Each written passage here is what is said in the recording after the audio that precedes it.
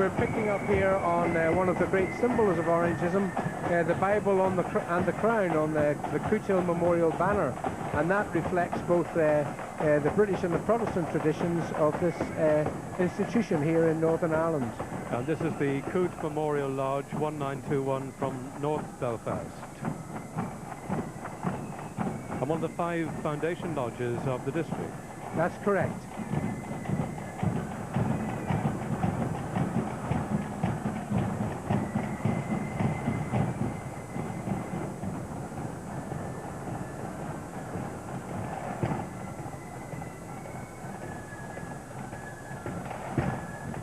St Paul's Church Defenders, the lodge of the current 7/8 District Master Trevor Heron and the District Secretary Clem Heron. Very often you find that the one lodge will supply a number of the district officers. The district's very often the hub of Orangeism, where all the real work gets done.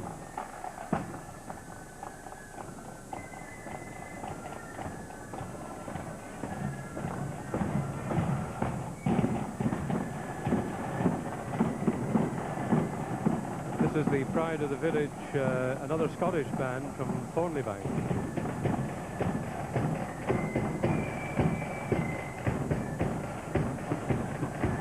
And St Paul's Church Defenders banner there, just passing in front of our cameras, Lodge 1960. This lodge is just over 100 years old, established in 1892. There was a tremendous revival of Orangeism in Northern Ireland in the late 19th century, so the age of that lodge reflects that particular event.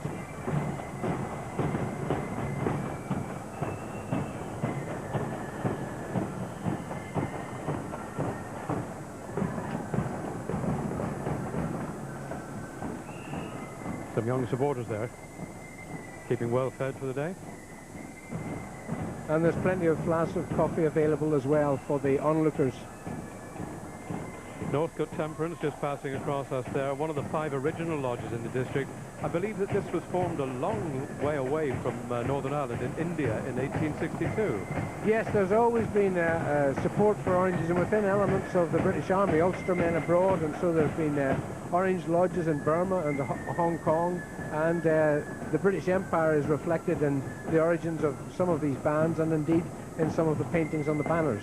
Yeah, that was the Rice Memorial Lodge 1985 just passing by. Used to be the William Rice Memorial, but it changed its name to another deceased brother, George Rice, and that brings the winds up District 7 and 8. So with a very good shot on your screens there of West Belfast Orange Hall, decorated with all its flags, one of the oldest Orange Halls in Belfast. And this is the lead into District number 9 of 11 lodges. Better known as the Shankill District.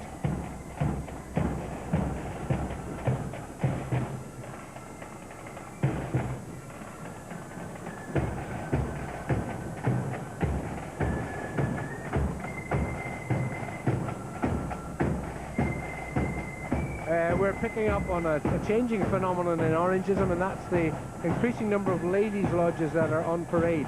This is one of the areas where we're going to see great changes in Orangeism in the future, as increasing numbers of ladies are joining the ranks. It is actually an old tradition, though it has come and gone over the years, hasn't it?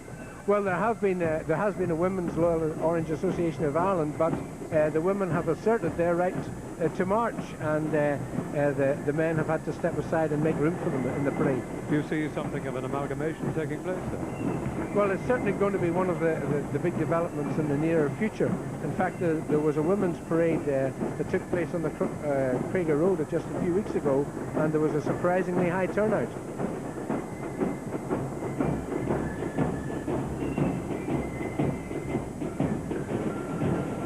The Duke of Manchester Invincibles, which moved to Belfast, I think, from one of the country districts some time ago. It seems to have come from Kilray, but that simply reflects the fact that there was so much population movement in from rural Ulster as Belfast expanded as an industrial city in the 19th century, and many of these Orange Lodges came in from the country to Belfast.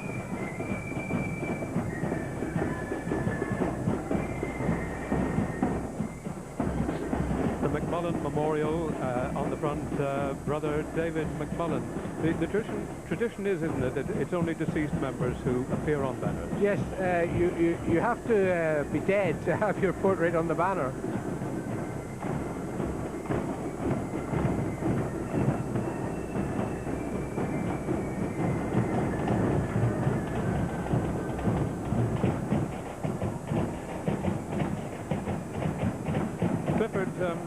What do you think the world impact, the global impact of recent events is likely to be on Orange River? Well, I'm concerned that there will have been a bad image projected across the world. This is part of the frustration and the pain of being an Ulster loyalist, that very often we seem unable to articulate our particular position and our rights in this whole situation of conflict. We're not a population or a community that's particularly skilled in the arts of communication or of explaining our cause. But maybe these scenes of relaxation and celebration will do something to ameliorate that image. It's always impressive the length of the procession in Belfast. I don't know whether it's a controversial point. Is it the biggest or not? That is a controversial point, and I would be undecided on it. It certainly must be one of the biggest Orange demonstrations taking place in Ulster this morning.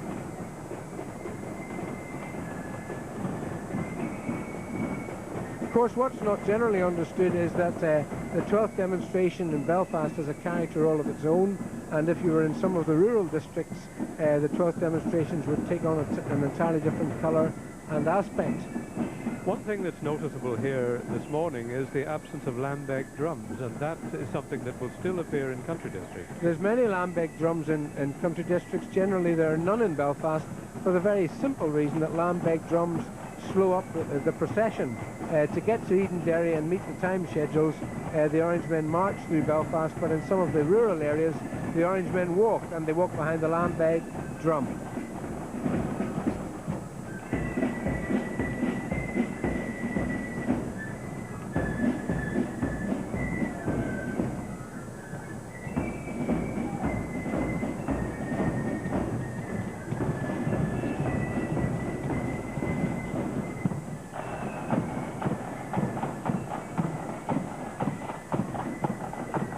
It occurs to me, Clifford, that if you happen to be marching halfway between two bands, you may well have a lot of problems on the way.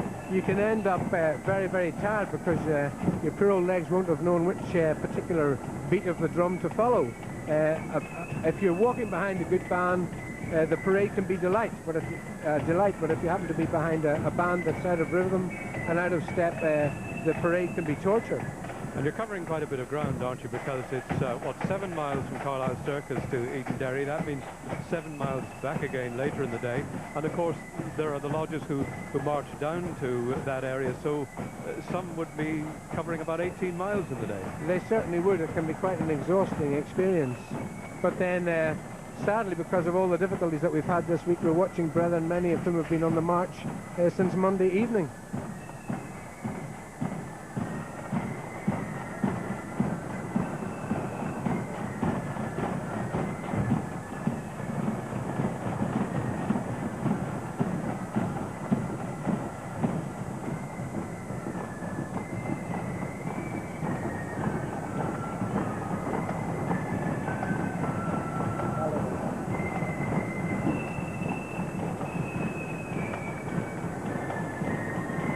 This is Ballinafie passing us now, and they, of course, had the difficulties of the decision to be made this morning on the way down the Ormer Road. That's correct. This is the district that comes down the Ormer Road, and they're just passing us at the moment. This is number 10 district, with 8 lodges on parade today. And this is the centenary year of district number 10. That's correct. It's one of the smaller districts in Belfast, but it's